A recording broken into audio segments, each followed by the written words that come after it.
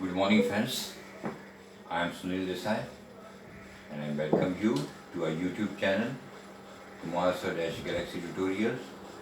I am sure you must have already subscribed to this channel, but if not yet, please do subscribe and press the bell icon so you get the notifications of the new videos.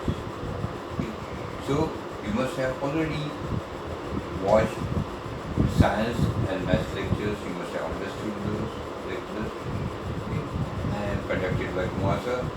Today I am going to go to another subject which is also a very important subject when it comes to getting good marks, good percentage. And that subject is social science, because after maths and science, the third subject will help you to get good grades. Now in social studies, we have four subjects. That's history, geography, political science and economics. Today, we are going to study the first chapter of political science. And I'll request you to please open your textbook, a notebook, and keep a pen and pencil handy so that you can underline important things while I'm teaching, or you can write your difficulties if you are having any, your queries, and whenever you're free or after the lecture, anytime if you're watching this lecture, you can WhatsApp me your queries and I'll try my best to solve it personally. Okay, so let's move to the first chapter of political science, and the chapter's name is power sharing. Let's come to page number 2.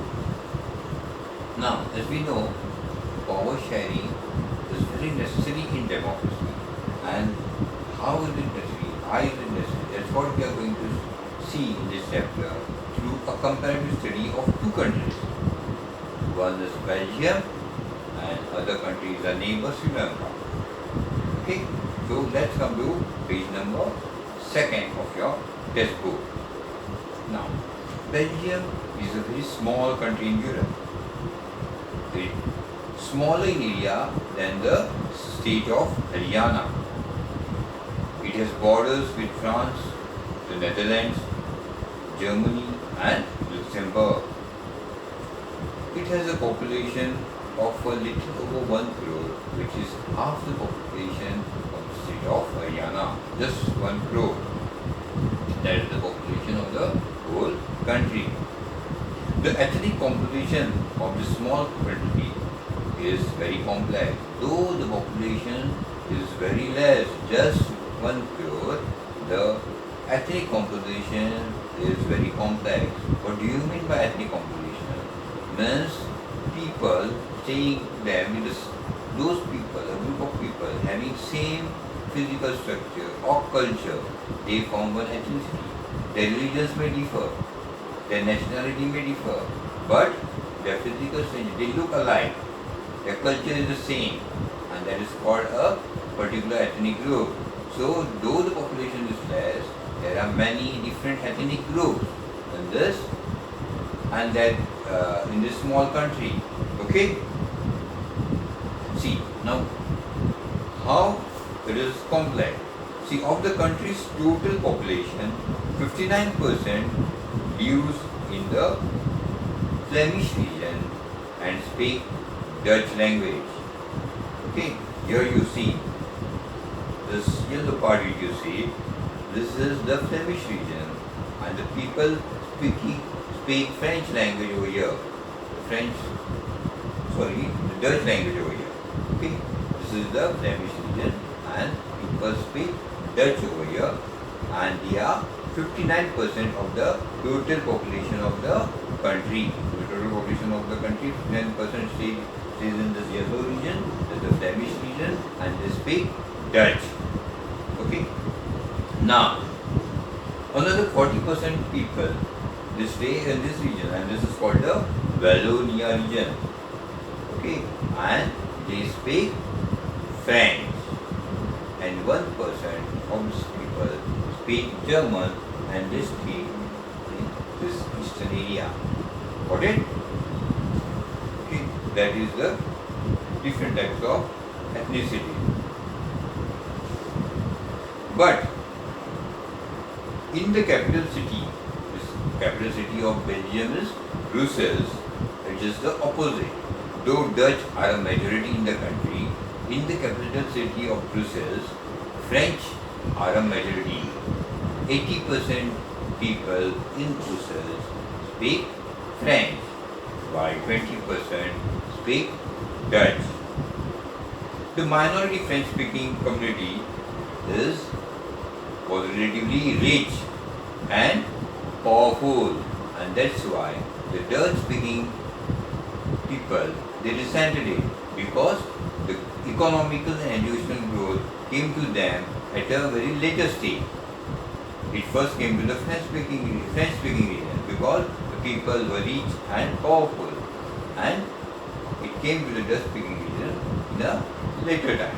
Okay, so this led to tensions between the Dutch-speaking and the French-speaking communities during 1950s and 1960s. So during 50s and 60s, 1950s and 1960s, there were tensions between the two communities, between the French-speaking people and the Dutch-speaking people. The tensions were more acute in Brussels because in Brussels there was a special problem, as I said to you just now. Though Dutch-speaking people were majority in the country, they were a minority in Brussels, the capital. And French-speaking people, they were just 40% in the whole country, but they were 80% in Brussels. Okay, now let us compare this to another country, our neighbor Sri Lanka. Now Sri Lanka is an island nation, just few kilometers of the southern coast of Tamil Nadu. The population of Sri Lanka is 2 crores, same as the population of Haryana. Like other nations in South Asia, Sri Lanka has a diverse population. The major social groups in Sri Lanka are, first one is the Sinhala speakers, who form 74% of the total population. The Sinhalese are the majority in Sri Lanka. Then there are Tamil speakers, which are just 18% of the total population. Now, among the Tamils, again, there are two subdivisions. One are the native Tamils, and the others, Sri Lankan Tamils or the native Tamils. They are 13%. The rest, whose forefathers came from India as plantation workers during the colonial period, during the British regime, are called Indian Tamils. So the Tamils, which form 18%, are further divided into two subgroups: the Sri Lankan Tamils and the Indian Tamils. So here in the map you can see this. Here Sri Lankan Tamils are concentrated in, these are the Tamils, Sri Lankan Tamils, the orange color which you see, they are concentrated in northern and eastern Sri Lanka. And these are the Indian Tamils, and the yellow part, this shows the majority people, that the Sinhala speaking people, okay, which is 74%. Okay. Now,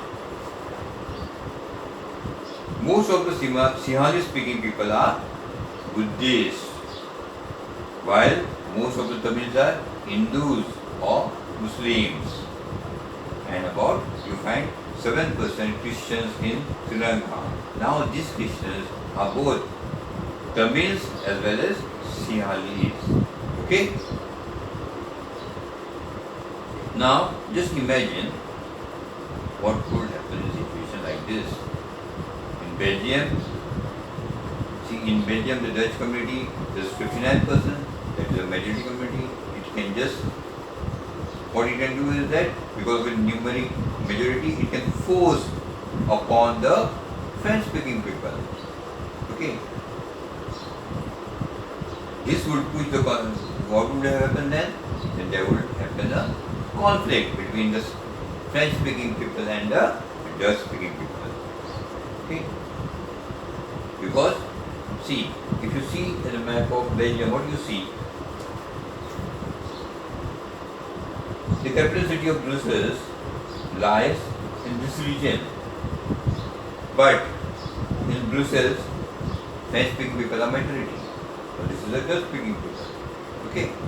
So, whereas the French speaking people, which are minority in this area, Wallonia region, have a majority in Brussels. So both, they will claim that since we are a majority, we want Brussels, whereas the Flemish people will say, since it lies in our area, we want control over Brussels. Okay, so there would have been a conflict between both the Dutch and the French-speaking people of Belgium on the control, for the control of Brussels, the capital. Okay, in Sri Lanka, the Sinhala community enjoys much more majority. It is 74%. Okay, and it can impose its force on the entire country. Now let us see what actually happened in these two countries, in Sri Lanka as well as in Belgium. Now, first let us come to Sri Lanka. Majoritarianism in Sri Lanka. Sri Lanka became independent in 1948, 1 year after we got independence. The leaders of the Sinhala community sought to secure dominance over government by virtue of the majority. Since Sinhalese were a majority, 74%, so naturally the Sinhala political leaders, but they secured dominance over the country, government. Okay. As a result, the democratically elected government adopted a series of majoritarian measures to establish Sinhala supremacy. Since Sinhala were a majority, what happened was that they had a dominance in the government. So they took certain measures to show their supremacy, the Sinhala speaking people. Okay.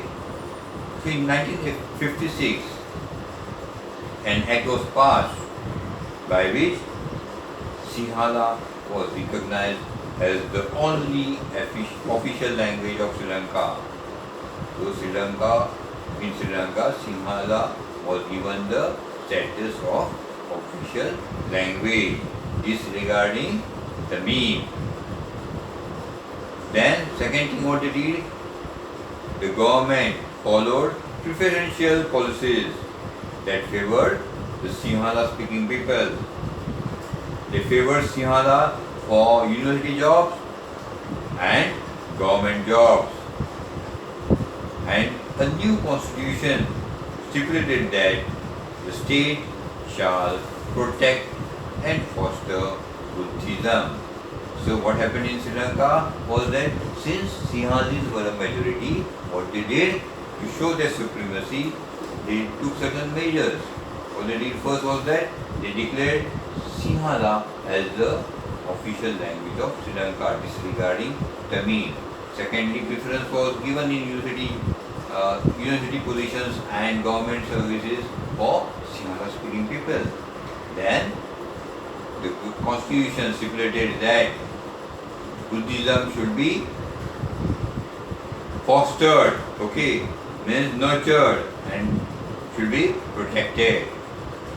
And all these government measures coming one after the other alienated the Tamils. They said that the constitution of Sri Lanka is not considering them as citizens of Sri Lanka. It is discriminating them. Okay, they felt that none of the major political parties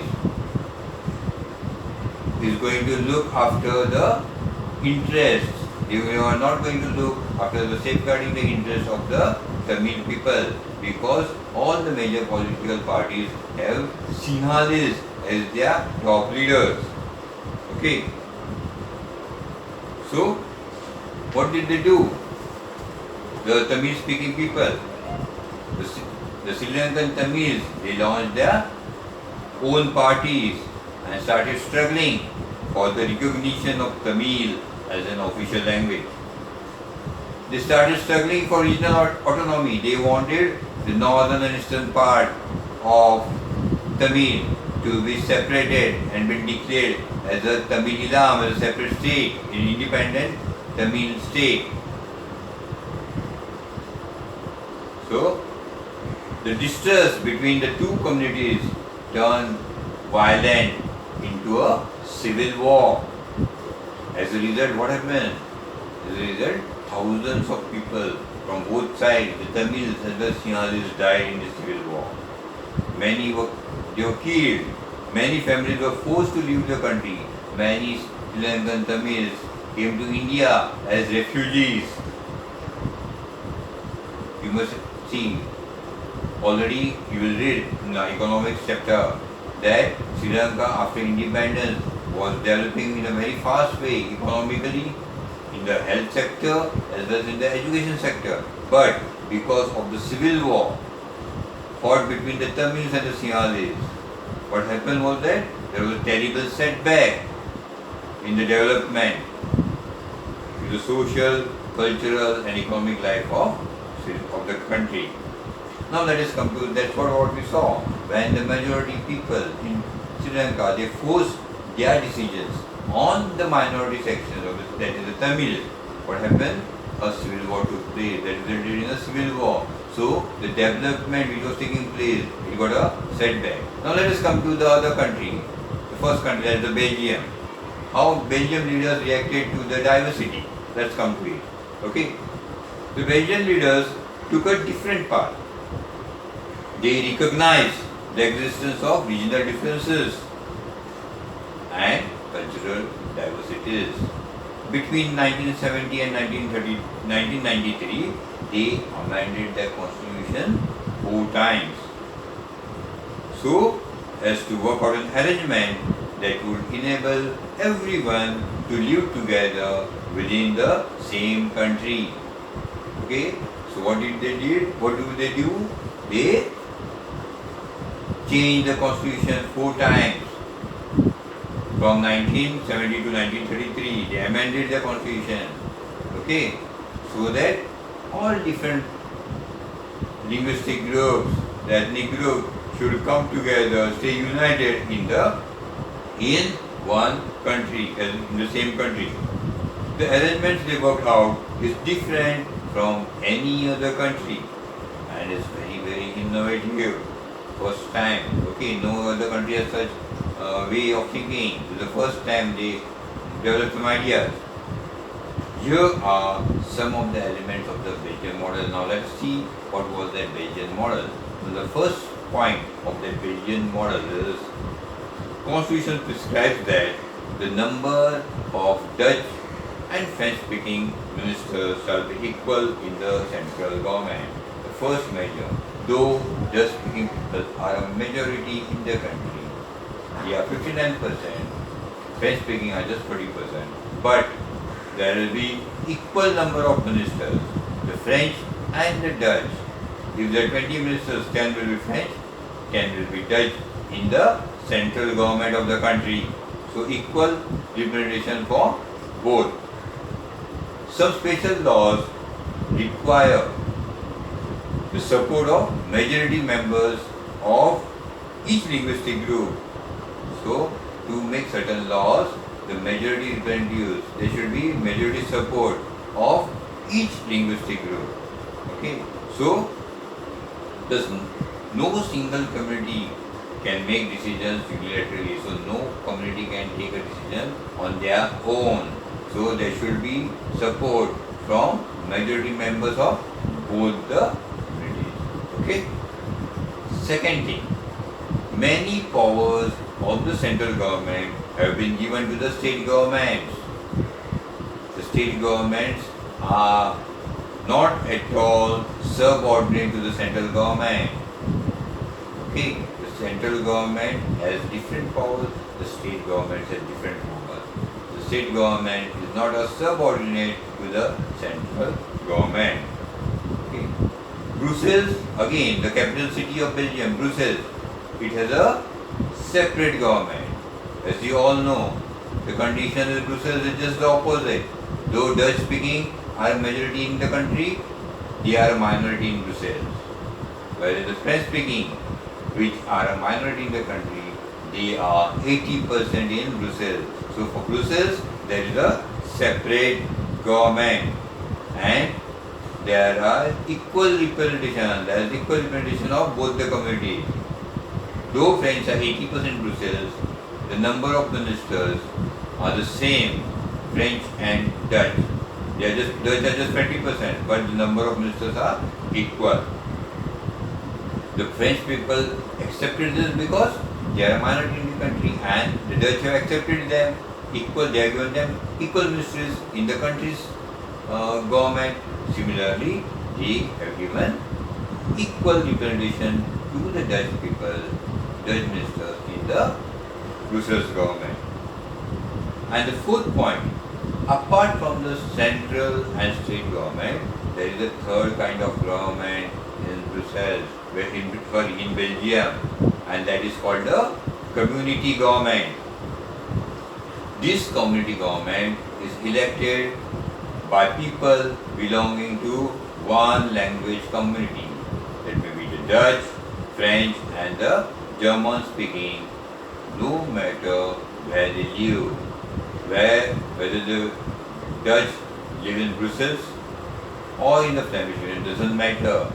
The Dutch speaking have their own community government, the French speaking people have their own community government, the German speaking people have their own community government.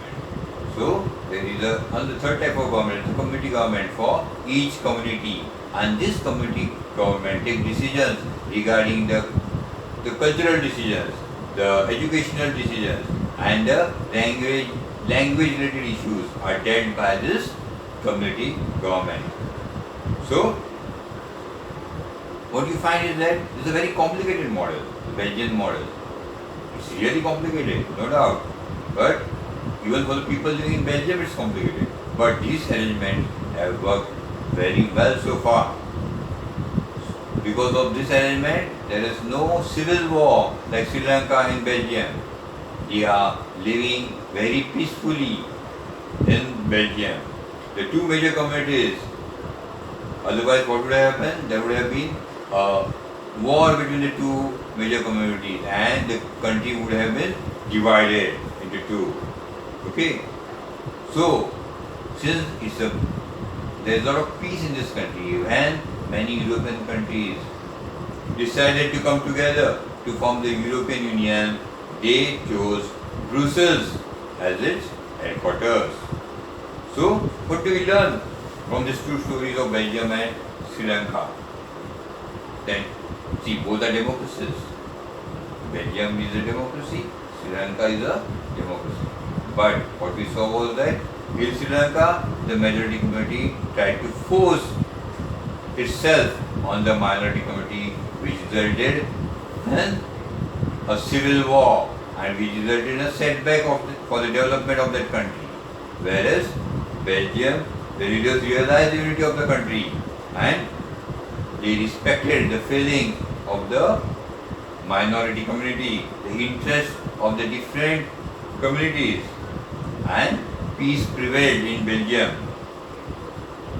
Sri Lanka shows, so that shows that if a majority community wants to force its dominance over others and refuses to share power, it can undermine the unity of the country, which happened in Sri Lanka. And with this, we end our first section of this chapter. Okay, we'll come to the second section of this chapter in our next lecture. Till then, thank you, goodbye. Go through the chapter, read it carefully. If you don't understand anything, please ask me, and I hope by now you must have already registered yourself and got your study packet. Those who have not yet registered, please get yourself registered and get your study packet. I am telling you this because this chapter or any other chapter in social studies, you need to do a lot of memorization. Memorizing things is very, very necessary in social studies. And if you see, I'll just show you. See, I'll just show you how there are not only textual questions are there. I'll show you how we have